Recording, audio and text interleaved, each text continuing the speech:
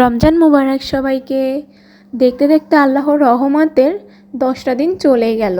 এই রহমতের শেষ ইফতারিতে আমরা একা নয়, আমাদের সঙ্গে আরেকটা ছোট্ট পরিবার ছিল। আমরা সবাই মিলে আজকের রহমতের শেষ ইফতারিটা করলাম। তো মেহমানদের জন্য ইফতারিতে কি কি বানালাম চলো আজকে শেয়ার করি। আসসালামু আলাইকুম এভরিওয়ান, কেমন আছেন সবাই? আশা করি আল্লাহর রহমতে সবাই ভালো আছেন। তো দেখতে দেখতে আল্লাহর রহমতের 10 দিনের শেষ ইফতারিতে আমাদের বাসায় তোমাদের ভাইয়ার বন্ধু এসেছিল তার ওয়াইফকে নিয়ে, কারণ আমাদের বাসায় তাদের ইফতারির দাওয়াত ছিল।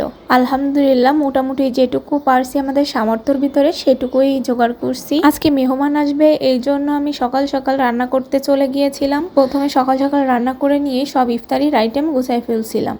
দেখো আমাদের ইফতারির আইটেমে আল্লাহর রহমতে আজকে অনেক কিছুই ছিল। এখানে ছিল বেগুন চপ, আলুর চপ, ডিমের চপ, পেঁয়াজি, ছোলা ভুনা, পায়েস, ইসবগুলির ভুষির শরবত, বরিন্দা, খেজুর, আঙুল ফল আর আখের রস। এই কয়টাই আইটেম ছিল আজকের আমাদের ইফতারিতে। এই আইটেমগুলো দিয়েই আমরা সবাই মিলে ইফতারি করেছি। আর এখানে যে রসমালাই আর মিষ্টি দেখছেন এটা ভাইয়া নিয়ে আসছিল, কারণ তিনি অফিসের কোন একটা কাজে টাঙ্গাইল গেছিল ওখান থেকে।